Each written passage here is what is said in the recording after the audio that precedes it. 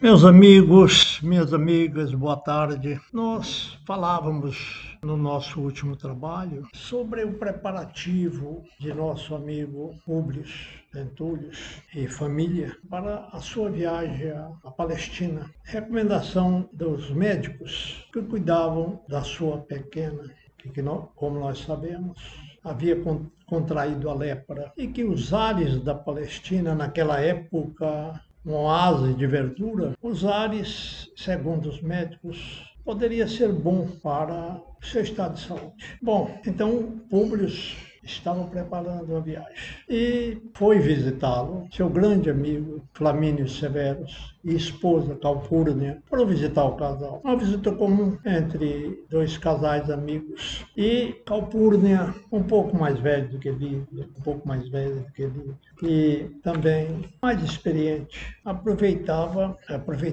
aliás, para dar uns conselhos para a sua amiga, que demandava uma terra estranha, um povo de costumes diferentes, tudo isso. E ela dizia, então, para a sua amiga que tenha cuidado com a sua nova vida, os novos amigos, de sorte que as duas conversavam lá. E os dois maridos estavam também trocando confidências e ideias lá no escritório particular de Públio. E assim a visita transcorria. É bom lembrar, meus amigos, minhas amigas, que Roma, daquela época, já era uma cidade de costumes bem diferentes daquele esposado por Calpurnia e Lívia, as esposas de Flamínio e Públio. Elas mantinham ainda aquele sistema das matronas romanas, boas esposas, boas donas de casa, boas mães, a grande maioria, pode-se dizer assim, a grande maioria das mulheres romanas não tinham mais esse costume. Aliás, vamos ver aqui o que nos diz o próprio Públio, agora o Emmanuel, pelo abençoado lápis de Chico Xavier. Ele escreveu-nos: desde os primeiros tempos do Império, a mulher romana havia se empregado à dissipação e ao luxo excessivo, em detrimento das obrigações santificadoras do lar e da família. A facilidade na aquisição de escravos empregados nos serviços de origem doméstica, como os dos mais elevados mistérios de ordem doméstica, inclusive os da própria educação e instrução dos filhos, havia determinado grande queda moral no equilíbrio das famílias patrícias, porquanto a disseminação dos artigos de luxo vindos do Oriente, aliada à ociosidade, amolecer as fibras de energia e de trabalho das matronas romanas, encaminhando-as para as frivolidades da indumenta, para as intrigas amorosas, a preludiar a mais completa desorganização da família, no esquecimento das suas tradições mais apreciáveis. Contudo, algumas casas haviam resistido heroicamente a essa invasão de forças perversoras e criminosas. Mulheres havia, ao tempo, que se orgulhavam do padrão das antigas virtudes familiares, de quantas as tinham antecedido no labor construtivo das gerações de tantas almas sensíveis e nobres. As esposas de Públio e Flamínio eram desse número, criaturas inteligentes e valorosas. Ambas fugiam da onda corruptora da época, representando dois símbolos de bom senso e de simplicidade. Bom, era raro, mas ainda tinha esposas que se dedicavam ao lar, ao marido, à família, aos valores mais nobres da educação familiar romana de épocas passadas. Eram poucos, mas ainda existiam alguns. E prossegue, as últimas expressões do inverno já haviam desaparecido no ano 32, entornando pela terra primaveril e alegre uma taça imensa de flores e de perfume. E num dia claro e ensolarado, vamos encontrar Lívia e Calpurnia na residência da primeira. Como dizíamos, o casal se encontrava em visita à casa de Lívia e de seu esposo, Públio, Em amável palestra elas se encontravam, enquanto dois rapazinhos desenham distraidamente a um canto da sala. E, em dado momento, Lívia pergunta a Calpurnia: teus pequenos não têm hoje os exercícios habituais? Não, minha boa Lívia. Não só Plínio é um dos garotos, mas também a Agripa consagram o dia de hoje à doentinha. Eles estavam realmente, enquanto as mães conversavam, eles estavam cuidando da doentinha, da filhinha de Lívia e de Públio, que era leprosa. Os dois estavam cuidando dela com todo carinho. E o assunto prosseguiu. Então, Calpurnia perguntou pela viagem. Estava lá os preparativos, a perspectiva. Ao que ela respondeu, ela na verdade, ela não desejava ir para a Palestina. No fundo, ela não desejava. A sua amiga, Calpurnia, também tinha lá as restrições. E com razão. Mas Lívia respondeu: bem sabes que tudo farei pela tranquilidade de Públio e pela nossa paz doméstica. Há muito noto o Públio abatido e doente, em razão de suas lutas exaustivas no serviço do Estado. Mas eu creio que não era exatamente isso. Na verdade, o que Públio sofria na alma era a primeira doença da sua pequenina. Esse era o grande problema que ele carregava. Jovial e prossegue Lívia, jovial e expansivo, de tempos a esta parte, tornou-se taciturno e irritadiço. Enerva-se com tudo e por tudo, acreditando que a saúde precária de nossa filhinha contribua decisivamente para sua misantropia e mau humor. Ela acreditava nisso. E era verdade. E disse, se considerando tudo isso, apesar dela não gostar da ideia daquela viagem, ela tudo fazia para agradar Públio, ver se contribuía para arrancar daquele estado d'alma que ele vinha nos últimos tempos cultivando. Está bem, exclamou a amiga Calpurnia. Em face da tua inexperiência, sou obrigada a esclarecer o teu espírito, considerando a possibilidade de quaisquer complicações futuras. Parece que Calpurnia adivinhava, porque ela sabia o tipo de gente que a Lívia ia encontrar pela frente. Emmanuel e Lívia, principalmente a Lívia, com a sua inexperiência. Lívia surpreendeu-se com essa afirmação da sua amiga e perguntou a ela o que ela queria dizer com aquilo. E ela respondeu: sei, Lívia, que não tens um conhecimento mais acurado dos parentes do teu amigo, do teu marido, que há tanto tempo se conservam ausentes de Roma, murmurou Calpurnia, com as minudências características do espírito feminino, e constitui um dever de amizade aclarar o teu espírito, a fim de que não se conduzires com demasiada confiança por onde passares. O pretor Salvio Lentulus, Salvio Lentulus era tio do Emmanuel, do Públio, era tio, irmão do pai dele, que casou-se com uma mulher que era, na expressão de hoje, século XXI, era uma verdadeira piranha.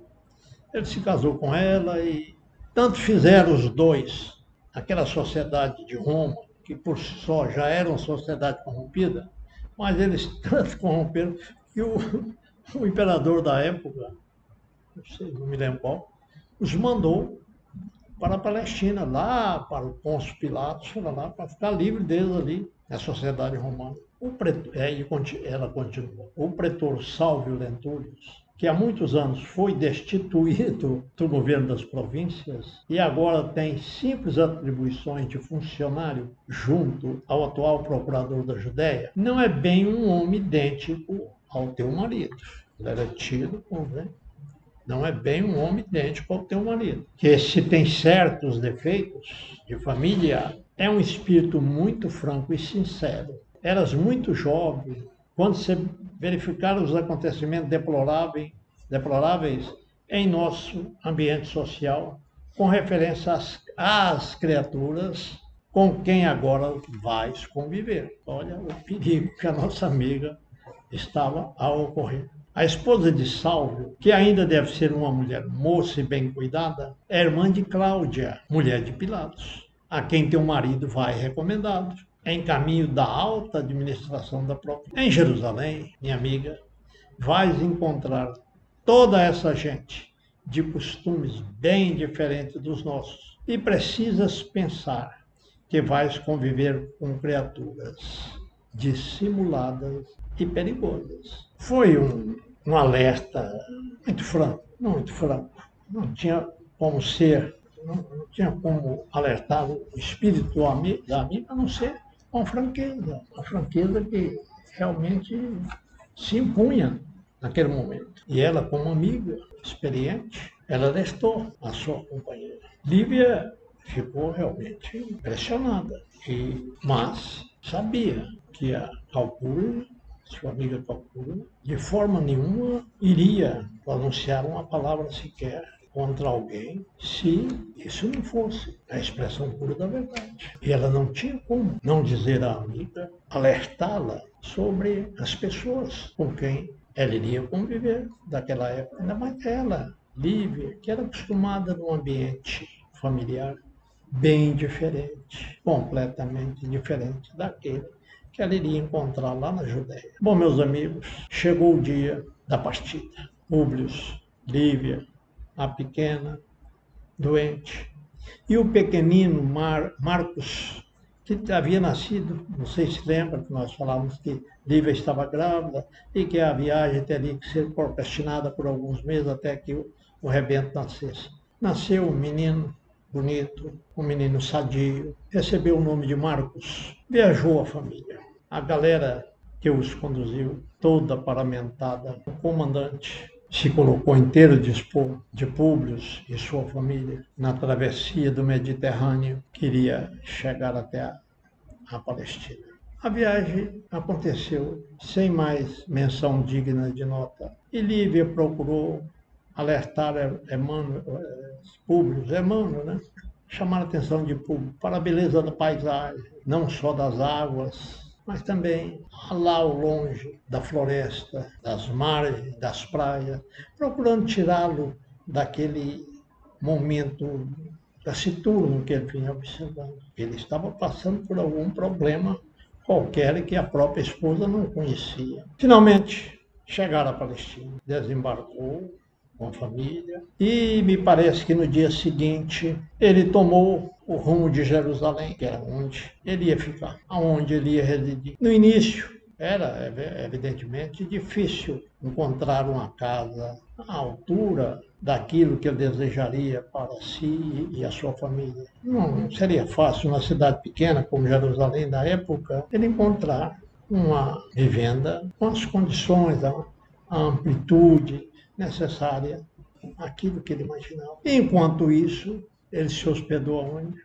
No palácio de Pôncio Pilatos. Não poderia ter sido mais infeliz, mas foi o que aconteceu. Mas, antes de falar da chegada em Jerusalém, a chegada no palácio de Pôncio Pilatos, vamos dissertar um pouquinho sobre o transcurso desse percurso que ia ali do posto de Hóstia, né, onde a embarcação chegou até Jerusalém. A viagem transcorria com tranquilidade. Lívia segurando ao colo o pequeno Marcos, a pequenina doente vindo ali, também com todos os cuidados das escravas, das amas, quando um objeto sibilou no ar. Era uma pedra que atingiu o rosto de Lívia. Não teve maiores consequências. A pedra parece que era pequena e atingiu Lívia de raspão e caiu ali no chão, no tablado do palanquim que os conduzia. O chefe da guarda, que ia acompanhando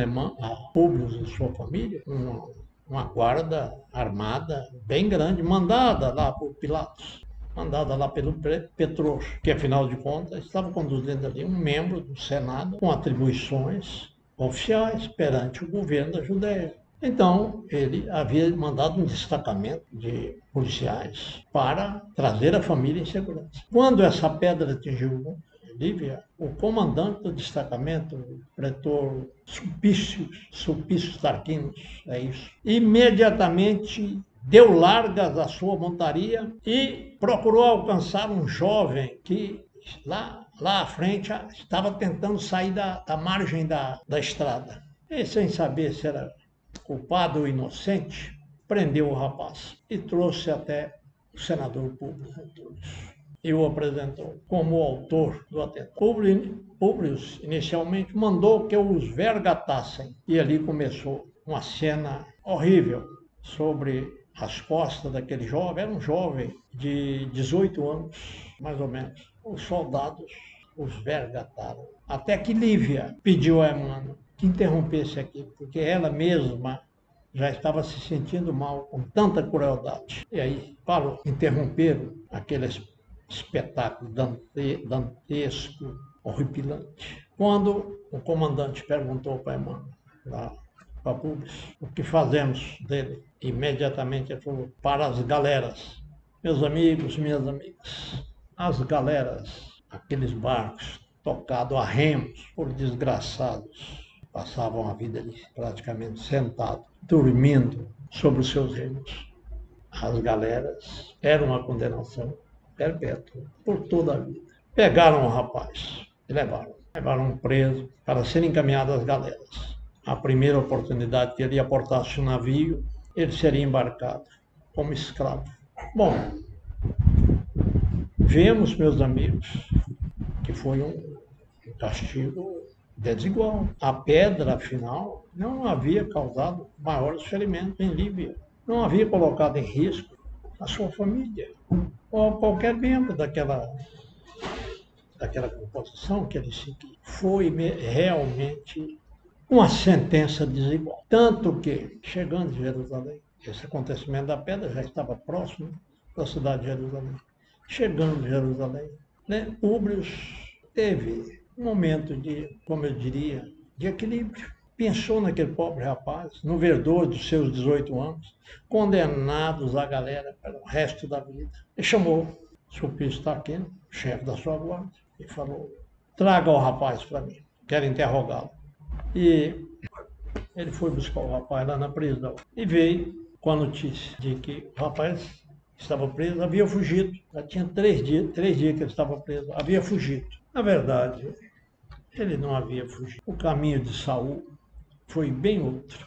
Vejamos o que nos diz o próprio Públio, como eu dizia, pelo lápis de Chico Xavier, agora, 2000 anos depois dessa ocorrência. Em quase todas as províncias romanas, funcionavam terríveis agrupamentos de malfeitores que, vivendo à sombra da máquina do Estado, haviam se transformado em mercadores de consciência. O moço judeu, na sua juventude promissora e sadia, fora vítima dessas criaturas desalmadas, vendido clandestinamente a poderosos escravocatas de Roma, em companhia de muitos outros, foi embarcado no antigo porto de Jope, com destino à capital do Império. E prossegue Túlio, antecipando-se na cronologia de nossas narrativas, palavras de Emmanuel. Vamos encontrá-lo, ou seja, encontrar o jovem Saul, daí a meses, num grande tablado perto do fórum, onde se alinhavam em penosa promiscuidade homens, mulheres e crianças. Até as crianças eram vendidas como escravos.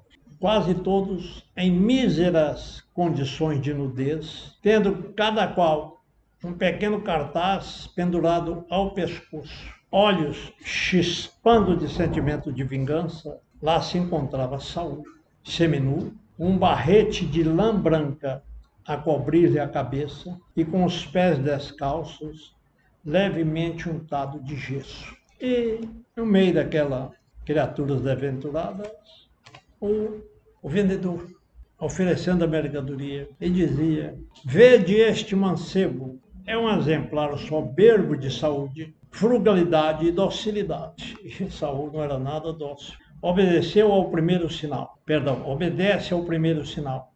Atentai bem para o aprumo da sua carne firme. Doença alguma terá força sobre o seu organismo. Bom, e ofereceu a mercadoria por 5.000 sestércios.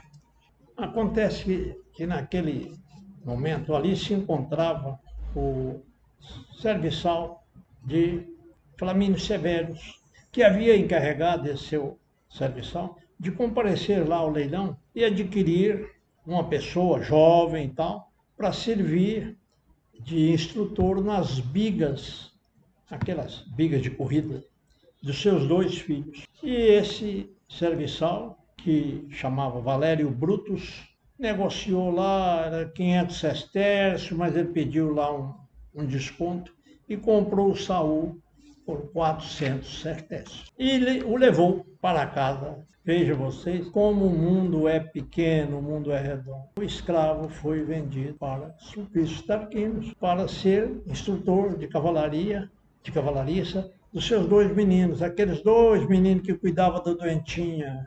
Era o Agripa e o Plínio, parece. Agripa e Plínio. Rapazinhos. Saul, então, foi para essa casa.